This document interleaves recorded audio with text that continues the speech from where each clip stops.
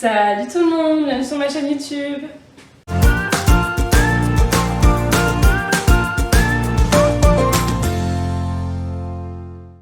Alors aujourd'hui on se retrouve pour une nouvelle vidéo. Donc comme vous l'avez vu dans le titre, aujourd'hui je vais vous montrer 3 recettes idéales pour le petit déjeuner. Donc c'est des recettes très rapides et très simples et franchement super bonnes.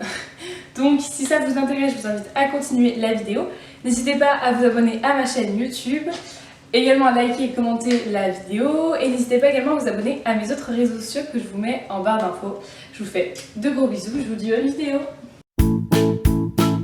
Alors pour la première recette, c'est très simple, ça va être le beurre d'amande ou la purée d'amande, comme vous voulez. C'est une sorte de pâte à tartiner aux amandes et c'est beaucoup plus économique de le faire maison parce que clairement le petit pot, c'est 10 ou 12 euros quoi, au supermarché. Donc franchement c'est plus économique de le faire maison et c'est super simple. Alors donc, pour la recette vous allez avoir besoin d'amandes. Donc moi j'utilise au moins 300 g d'amandes. Quelques gouttes de sucrant si vous voulez sucrer ou donner un goût, là c'est à la vanille mais vous pouvez donner n'importe quel goût, fleur d'oranger, vanille, tout ce que vous voulez. Et moi c'est optionnel mais je rajoute de la protéine végétale. Donc là c'est au beurre de cacahuète. D'habitude je mets de la vanille mais là j'avais envie de tester. Donc voilà, il faut que ces 3 ingrédients. Il vous faut un mixeur, un mixeur assez puissant et assez solide quand même parce que ça a tendance à bien chauffer le robot, une spatule et un pot. Voilà. Pour commencer, pour la première étape, on va venir prendre une plaque de cuisson et du papier cuisson et les amandes. Alors moi je ne les pèse pas parce que j'ai l'habitude et je sais à peu près ce qu'il me faut. Habituellement je remplis une plaque de cuisson. Donc là on va venir prendre les amandes et on va venir les étaler sur la plaque. Alors bien sûr au préalable on a fait chauffer le four à 180 degrés.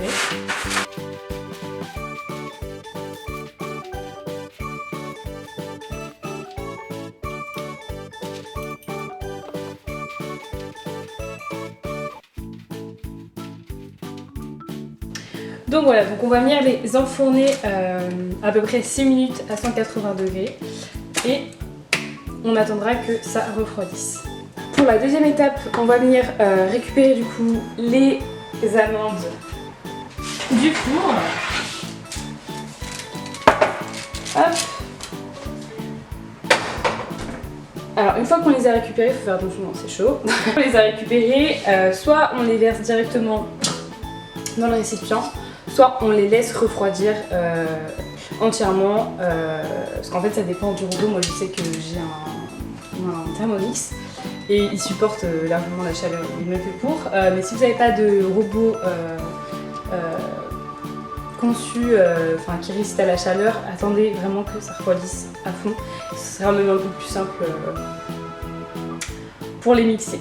Donc on attend que ça refroidisse et on passera à la suite. Donc là je suis venue mettre hop, les amandes dans le mixeur. On vient hop, reboucher et on va venir mixer.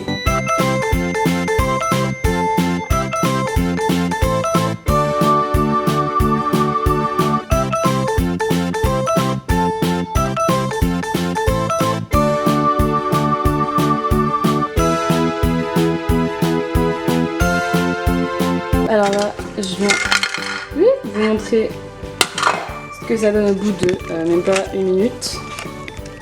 Donc voilà, ça fait une espèce de purée, purée bizarre, hein, clairement un peu de la bouillie, c'est pas très ragoûtant.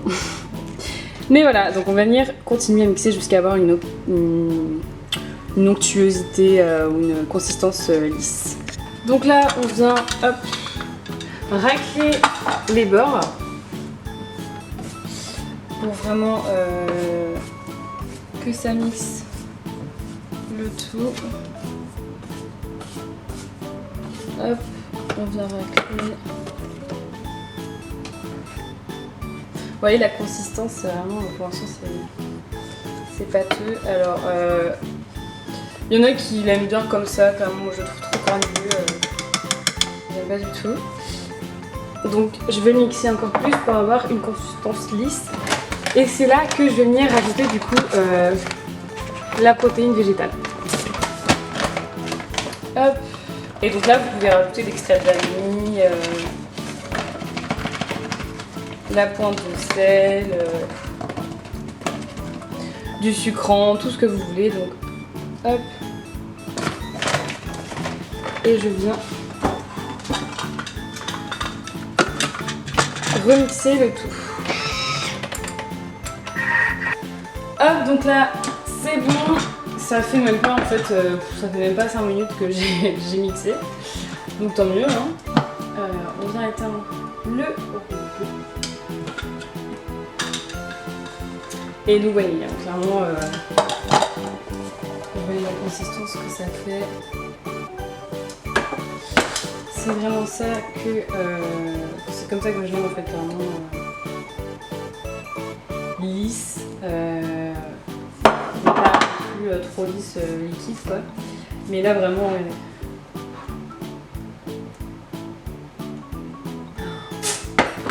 Là, c'est vraiment... c'est onctueux et tout, et franchement, c'est super bon, quoi. Sur des tartines, ou même à manger comme ça, avec des nice cream, etc. Franchement, c'est vraiment super bon. Hop, donc là, on vient racler le tout. Et on va venir transvaser dans le petit pot. Alors là, je ne l'ai pas nettoyé parce que je viens juste de le finir, donc clairement ça sert à rien. Rincer quelque chose, il y avait quelque chose, la même chose dedans, ça sert à rien. Donc là, on va venir, hop, transvaser à l'intérieur.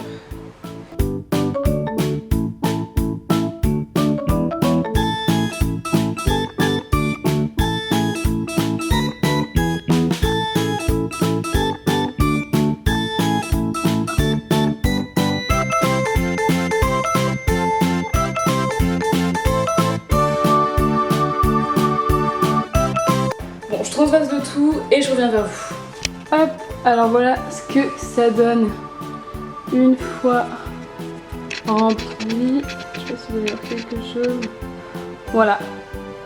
Donc ça nous fait quand même un bon pot, hein, clairement. Donc là on voit les mélanges de couleurs parce que la dernière fois j'avais laissé plus torréfier les amandes. Donc voilà. Donc pour cette recette, vous le laissez conserver donc dans un pot que vous fermez et vous le laissez à température ambiante. Moi je le mets dans le placard ou je le mets directement ici parce que j'utilise quand même tout le matin. Et ça se garde 3 semaines quoi, bien 3 semaines, ouais, 2-3 semaines. Après moi je sais que ça part vite, mais ouais, ça se garde assez longtemps. Voilà. Pour la seconde recette, on va venir réaliser du granola maison. Alors là c'est pareil, c'est très simple et c'est au goût de chacun, vous allez mettre ce que vous voulez à l'intérieur. Donc pour cela on va avoir besoin, donc c'est pareil, c'est selon la quantité que vous souhaitez de granola. Si vous voulez, je sais pas moi, 500 g de granola, bah vous allez venir mettre 500 g de flocons d'avoine. Parce que la base c'est des flocons d'avoine. Alors beaucoup n'aiment pas, mais vraiment en granola et dans des recettes c'est super bon et ça a vraiment pas le même goût en fait. Parce que pure, nature, elles sont, c'est fade en fait. Mais dès qu'on rajoute quelque chose, c'est vraiment, c'est une base en fait. Donc ça cale et c'est super nutritif. Donc on va avoir besoin de flocons d'avoine, de miel et d'un peu d'huile de coco pour lier le tout. Pour les ingrédients, donc la composition, on va mettre, enfin, moi je vais mettre pour ma part des baies de goji, des graines de pavot et des graines de lin. Alors donc, on va venir prendre nos flocons d'avoine. Là c'est pareil, je le fais à l'œil en fait, clairement je fais tout à l'œil parce que à force on a l'habitude. Hein. Donc hop, puis vu que j'en veux pas mal, bah, je viens en mettre une bonne dose. Là j'ai mis à peu près 250-300 g de flocons d'avoine. Ensuite on va venir rajouter le miel. Actuellement je prends des petites dosettes comme ça que je récupère dans les, dans les paquets de protéines où vous en avez au supermarché ou sur internet vous avez des doseurs comme ça, souvent c'est des doseurs américains. Mais là, pour que ce soit plus simple, je vais prendre une cuillère à soupe. Et donc je viens mettre, au départ, je vais mettre 2 bonnes cuillères à soupe de miel. Je dis au départ parce que du coup, c'est en fonction de la texture que je veux. Si je veux un granola pas liés ensemble, vous savez quand vous achetez des granolas ou des céréales maison, au supermarché, il y a des pépites souvent, donc c'est des céréales liées entre elles. Mais des fois, le muesli soi-disant sain que vous achetez au supermarché, c'est pas collé entre eux, c'est vraiment les céréales brutes. Ah. Hop, le beurre d'amande est prêt, donc je vais éteindre mon four. Donc là, j'ai mis 2 cuillères à soupe de miel.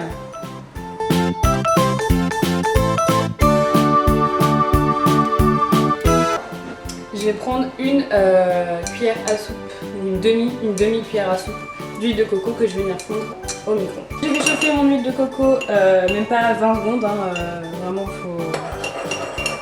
faut pas le mettre trop longtemps. Je viens mélanger une dernière fois pour enlever, faire fondre les derniers morceaux.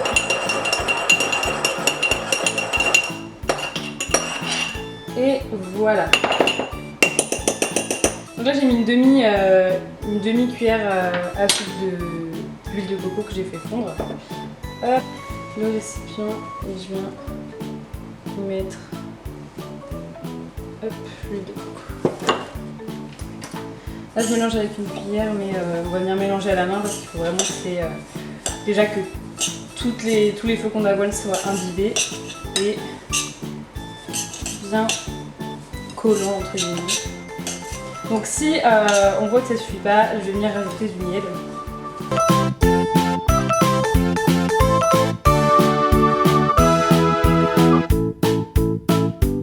Voilà, là on voit déjà que c'est à peu près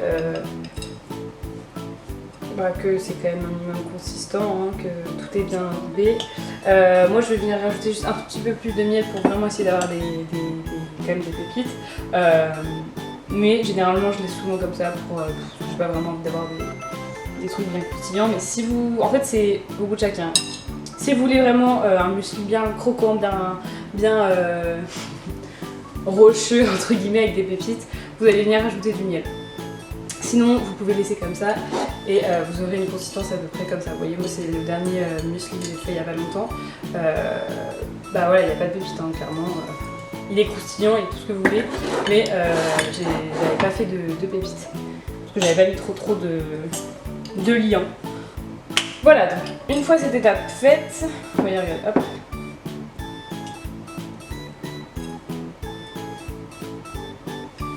On voit que c'est quand même bien humide. Une fois ça fait, on va venir ajouter les ingrédients que l'on veut. Alors moi je vais venir ajouter mes baies de goji. Là j'en mets, je prends une mousse ici, hop, j'en reprends. Alors les baies de goji, comme je vous l'ai déjà dit dans une première vidéo, c'est super nutritif. Il y a plein d'antioxydants et tout, ça n'a pas vraiment de goût, franchement ça apporte pas un goût exceptionnel, hein, de toute façon. C'est comme la plupart des noix, je ne trouve pas qu'elles ont des goûts exceptionnels quand on les mange comme ça, mais elles sont bourrées de nutriments. Donc, en plus avec du lait couleur, voilà. Ça rajoute un petit truc, mais bon. Je viens mettre ensuite quelques graines de lin. Alors là c'est pareil, je vais pas en mettre trop parce que je veux pas que ce soit rempli non plus, mais je vais en mettre quand même pas mal.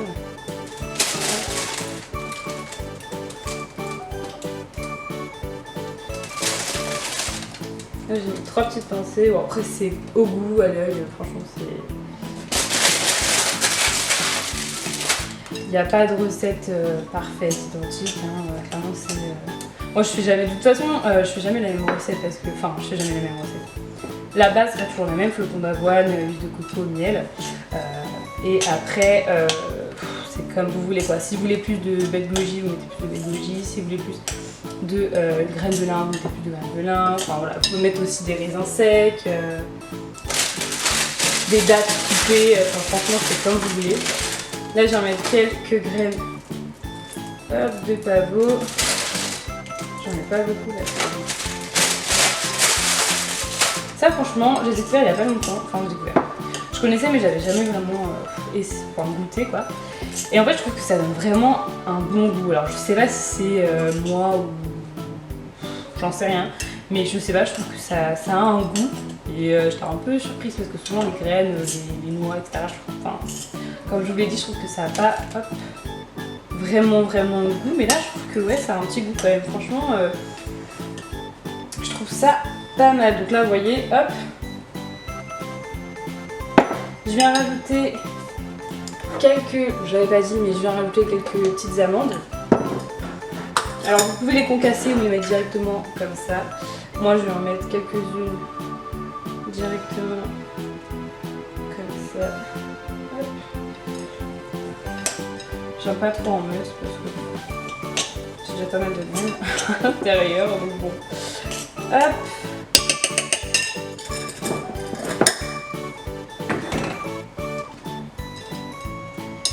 Et voilà. Ensuite, on va venir étaler ça sur une plaque de cuisson et le mettre au four. Donc pour le granola, on va venir prendre une plaque de cuisson et du papier cuisson. Et on va venir bien répartir, étaler le granola sur la plaque de cuisson. Hop.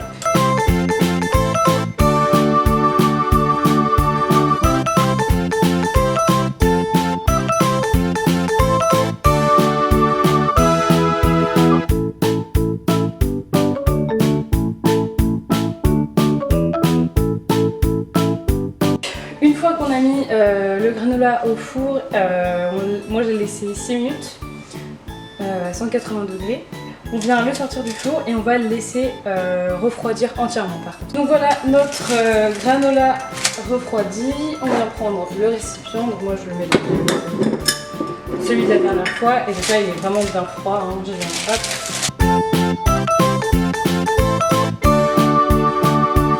Vous voyez, voilà quoi. Ça tient, donc je viens casser quelques petits bouts.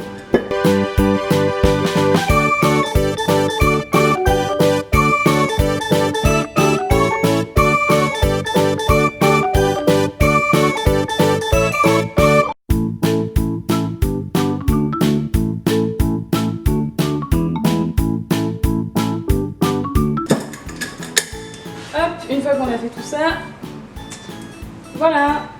Donc voilà, donc là j'ai un pot entier, donc ça va me durer 2-3 semaines, ça se conserve autant de temps. Hein. Clairement, moi j'ai jamais eu de problème avec ça, pourtant j'ai gardé plus d'un mois, donc voilà. Alors bon, pour la troisième et dernière recette, donc c'est la recette, donc c'est le banana bread déjà, et c'est celle qui va demander le plus d'ingrédients hein, et le plus de temps, parce que la cuisson elle est entre 30 et 45 minutes. Alors pour les ingrédients, vous allez avoir besoin de 50 g de yaourt nature ou de fromage blanc. Clairement moi je prends du Soja Sun nature. Il est riche en protéines, c'est parfait. Il fait très bien l'affaire. D'une banane mûre, alors moi elle est vraiment très mûre, hein, clairement, c'est pour pas l'acheter. Mais c'est préférable de prendre une banane mûre parce que plus elle est mûre, plus elle est sucrée. Donc pour la recette ce sera parfait.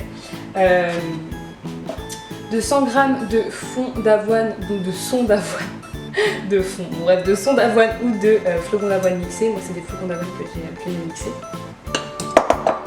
Pas en poudre, hein, c'est légèrement mixé. Hein. Hop, de 50 g de farine complète ou semi-complète. Après vous mettez la farine que vous voulez. 10 g de miel ou de sirop d'agave. D'un œuf. D'un demi-paquet de levure chimique, 2 pépites de chocolat, donc là c'est autant que vous voulez. Et pour un peu plus de gourmandise, moi je rajoute du chocolat noir, donc 1 ou 2 carreaux de chocolat noir, c'est super bon, ça coule et tout. Là c'est du Lindt 85%, après vous mettez le chocolat que vous voulez, noir de préférence quand même. Et pour ajouter du sucrant, moi je rajoute du liquiflave vanille. Alors ça c'est sur un site de nutrition sportive, mais vous pouvez rajouter de l'extrait de vanille ou même un extrait de fleur d'oranger ou autre, hein, c'est comme vous voulez. Moi je mets du sucre à la vanille, quelques gouttes et c'est parfait.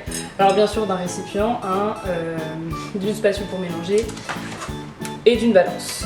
La première étape, ça va être d'écraser la banane dans le récipient. Hop.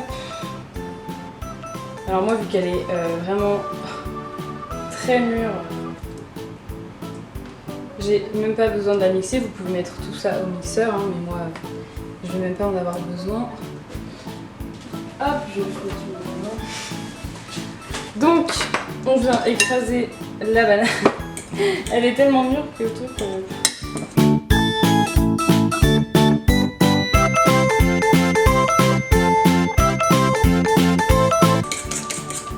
Voilà, alors hop, ça donne ça.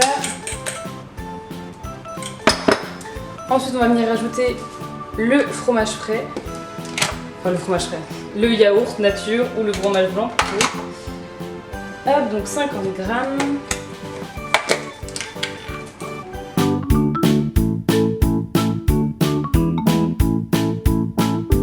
Et on vient mélanger.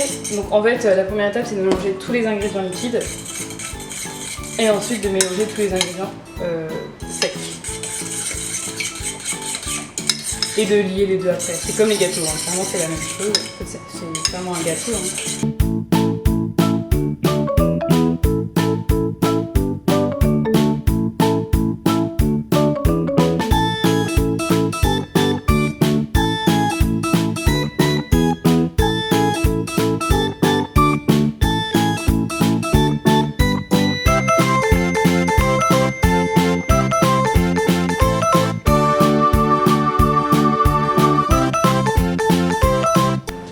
Donc là, pour les ingrédients secs, on va venir prendre les flocons d'avoine mixés, la farine, qu'on mélange hop, ensemble.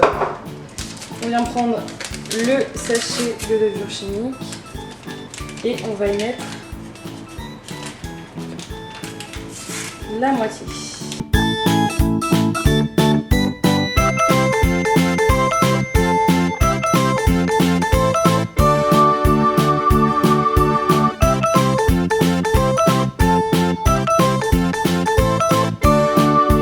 On va venir mélanger ça à notre préparation liquide. Alors une fois qu'on a les deux, hop, on va venir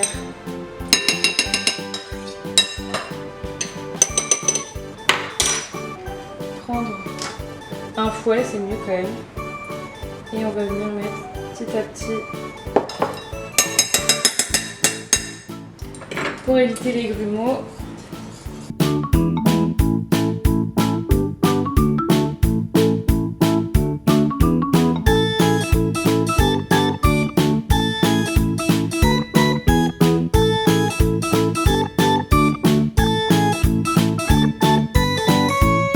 Ça, on va venir rajouter les pépites de chocolat.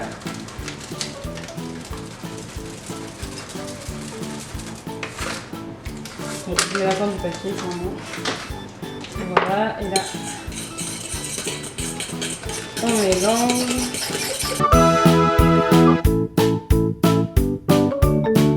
Pour cette étape, on va avoir besoin donc d'un moule à cake, d'une banane pour mettre dans la préparation et au-dessus de la préparation, de l'huile de coco, de la préparation bien entendu, et le chocolat noir, un couteau et donc une spatule, une maryse pour racler la préparation. Alors donc on vient prendre la préparation, le sopalin propre, bien sûr, et on vient directement prélever. On va en mettre pas mal quand même pour pas que ça colle. Si vraiment on a peur que ça colle, on peut rajouter de la farine ou mettre du papier cuisson directement. Je préfère faire comme ça. Voilà. Ensuite, on prend la préparation.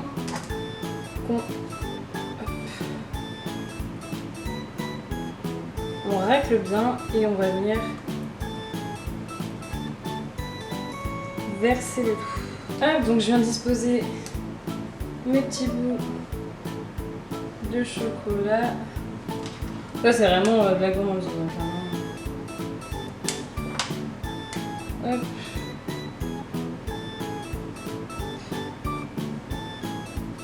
Pour combler les petits trous.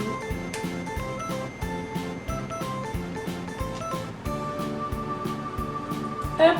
Et voilà, et on vient mettre ça au four pendant 30 ou 30-45 minutes, ça dépend de la puissance de votre four, à 180 degrés.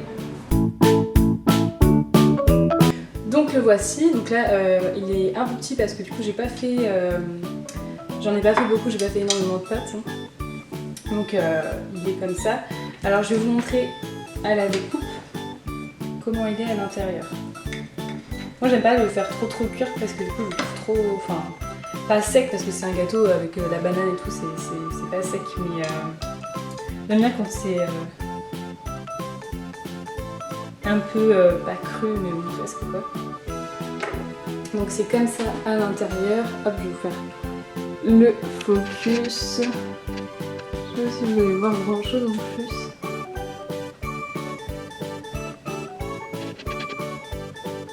Donc voilà, c'est comme ça. Donc voilà. Hop, ce que ça donne. Et donc ça, vous pouvez le garder au moins au frais. Enfin moi je ne mets pas au frais, je le mets dans mon micro-ondes enveloppé d'aluminium. Je le garde 3 jours. Et après je sais que je le mets au congélateur parce que sinon il va plus être très bon quoi. Donc voilà, donc j'espère que la vidéo vous aura plu. N'hésitez pas à vous abonner à ma chaîne YouTube et mes autres réseaux sociaux, donc Instagram, TikTok, etc. Je vous mets tout ça en barre d'infos. N'hésitez pas à lâcher un petit pouce bleu et à commenter, ça me ferait très plaisir. Et je vous dis à très bientôt pour une prochaine vidéo. Bye bye!